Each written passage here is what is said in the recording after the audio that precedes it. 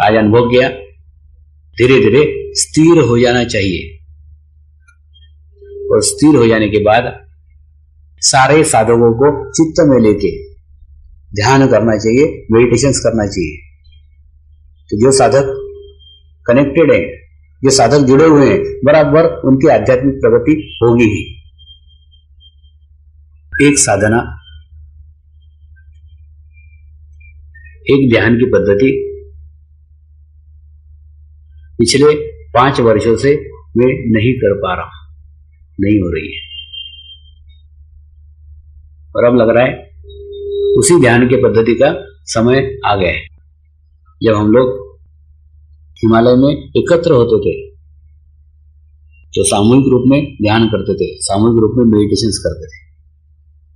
जिस प्रकार से आप 4 मित्र एकत्र होकर पिकनिक पे जाते हो, ठीक उसी प्रकार से हम लोग भी 8-10 लोग मिलकर के ध्यान करते थे, 8-10 लोग मिलकर के मेडिटेशंस करते थे। और हमारे शरीर में जो 7 चक्र हैं, इन 7 चक्रों के परे और 7 चक्र हैं। उन 7 चक्रों पे जाकर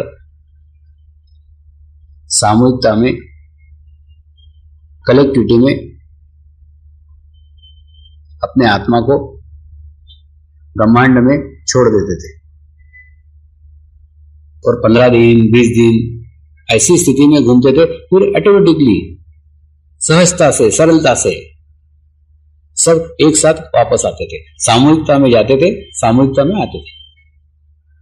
लेकिन उसमें से कोई भी हड़बड़ी में, कोई भी जल्दी में नीचे आने का प्रयास नहीं करता था।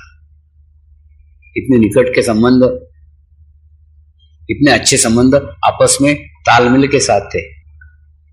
तो इस प्रकार का ध्यान जब करते थे तो शरीर की कोई क्रियाएं नहीं होती थी, सारी क्रियाएं बंद हो जाती थी।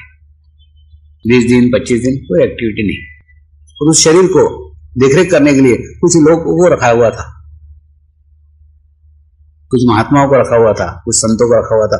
उनके सानिध्य में ये क्रिया करते थे। ये ध्यान पिछले 5 सालों से मैं नहीं कर पाया और महसूस करता हूं मैं अलग थलग पड़ गया, ये समाज में आके गुम हो गया। मेरा भी शायद समाज का कार्य समाप्त होने की ओर है। मैं भी फिर उस ध्यान की अवस्था में फिर से जाना चाहता हूं। लेकिन अब जब उस ध्यान की अवस्था में जाऊंगा तो जितने साधक मेरे साथ जुड़े हुए हैं, जितने साधकों के कनेक्शन मेरे साथ में हैं, वो सारे इस प्रगति के तहत 25 दिन में, 30 दिन में एक आध्यात्मिक स्थिति को प्राप्त करेंगे। क्योंकि अभी मैं अकेला नहीं हूं, जगह जगह जाके, अलग अलग देशों में जाके कनेक्शन स्थापित कर रहा हूं, संबंध स्थापित कर रहा हूं। और ये संबंध स्थायी करने की प्रयास है। स्थायी होने के बाद इस स्थिति का लाभ सबको प्राप्त होगा। क्योंकि जीवन में जब भी कभी अच्छे स्थान पे जाता हूं, अच्छी जगह जाता हूं, सब साधकों को लेके ध्यान करता हूं, मेडिटेशंस करता हूं। जर्मनी के पास एक ऑस्ट्रिया करके जगह है, वहां एक आल्प्स पर्वत है। जैसे हमारे हिमालय वैसे आल्प्स पर्वत है। तो उस आल्प्स पर्वत पे भी जब भी ध्यान करने के लिए बैठा, सब साधकों को पहले अपने चित्तों में भर लिया और चित्तों में भरने के बाद में फिर ध्यान करते बैठा हुआ।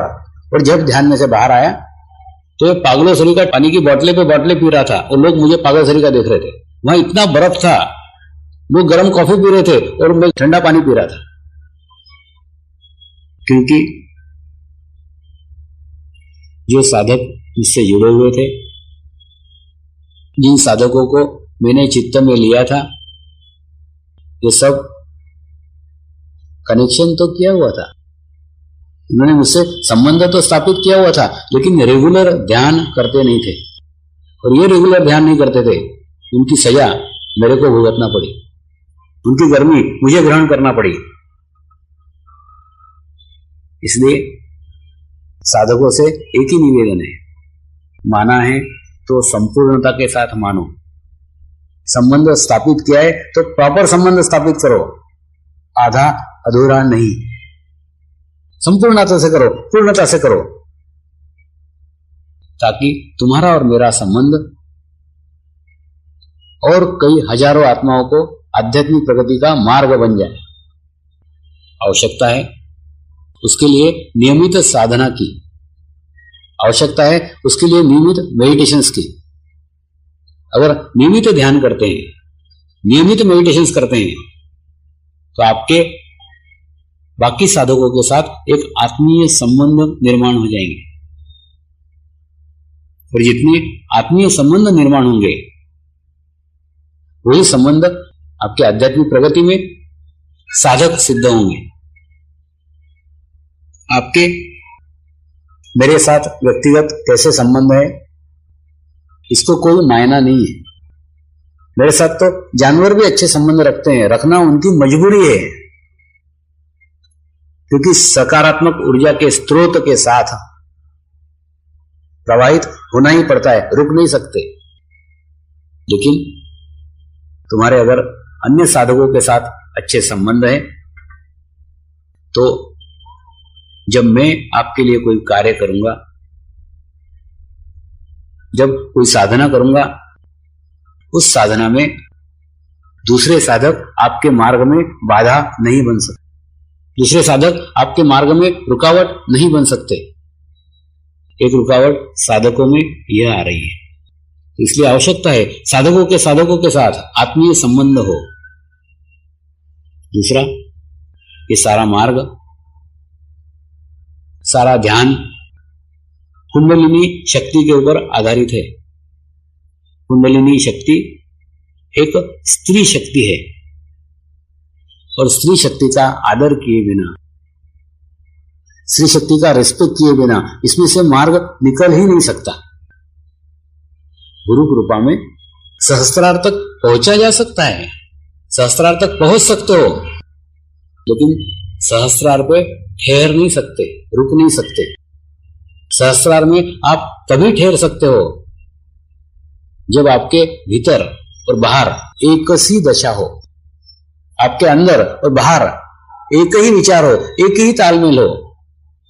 आप भीतर से स्त्री शक्ति की आराधना कर रहे हैं और बाहर भी स्त्री शक्ति को आदर दे रहे हैं, रिस्पेक्ट दे रहे हैं। बाहर भी वही है, ये अंदर है, अंदर अलग है, बाहर अलग है, ऐसा नहीं। आपके सेंटर की साधिकाओं के साथ आपके संबंध अच्छे होने चाहिए। आपके घर में आपके पत्नी के साथ आपके संबंध अच्छे होने चाहिए।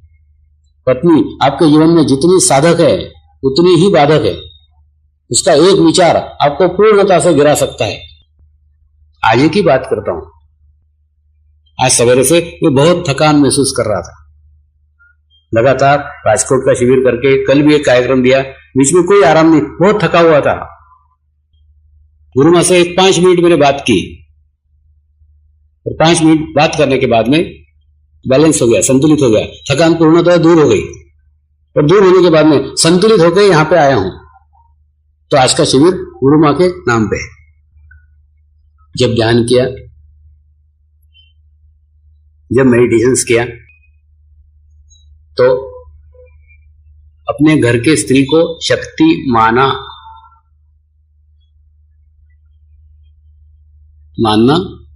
एक आत्मा का भाव है, आत्मीयता से माना, और मानते मानते मानते मानते उसमें शक्ति का निर्माण हुआ। तो शक्ति समकक्ष हो गई, बराबर हो गई, बैलेंस हो गई, 50-50। यानी उसका एक भी नकारात्मक विचार मुझे गिरा सकता है, और उसका एक भी सकारात्मक विचार मेरे में नई जान डाल सकता है। ये मेरा आज का अनुभव है। लेकिन वो मेरे जीवन में शक्ति के रूप में तब स्थापित हुई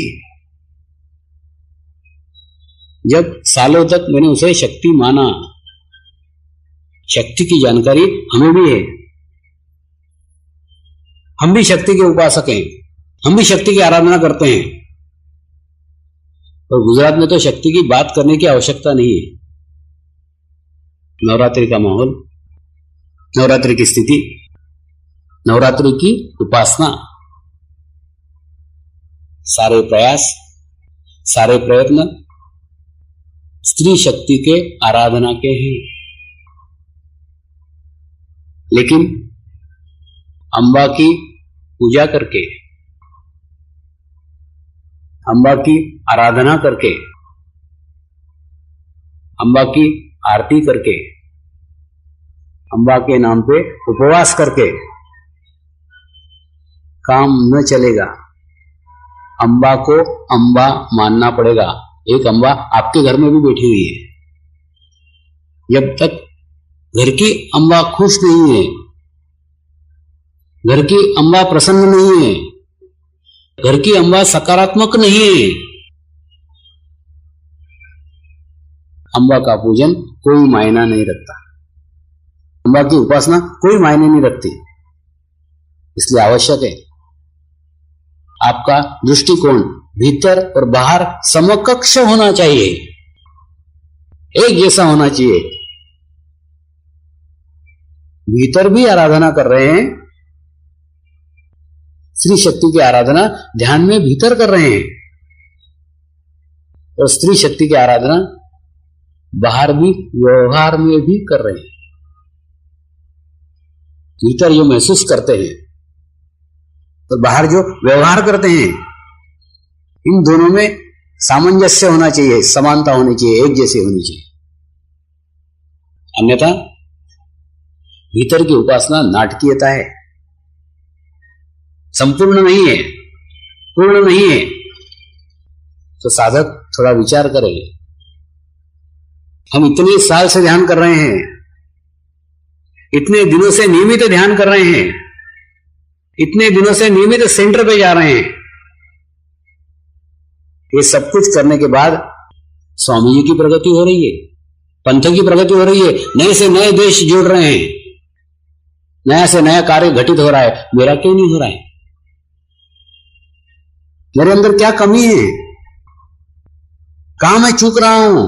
कहां गलती हो रही है? ध्यान तो रोज लगता है, सहस्त्रार तक पहुंचता हूं, सहस्त्रार की अनुभूति रोज मुझे होती है, और सहस्त्रार तक पहुंचने के बाद भी सहस्त्रार पे चित्त नहीं रख पाता। क्या कारण है? कारण एक ही है कि भीतर और बाहर में अंतर है।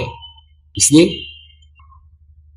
जीवन में जो भीतर है वो आपके व्यवहार में बाहर प्रकट होना चाहिए, प्रकटीकरण भी वही होना चाहिए।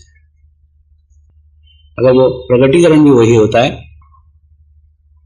तो आप बाहर कहां स्त्री शक्ति को खोजते फिर रहे हैं? स्त्री शक्ति आपके घर में ही बैठी हुई है, आपके घर के अंदर ही है। तो अगर स्त्री शक्ति की उपासना के साथ साथ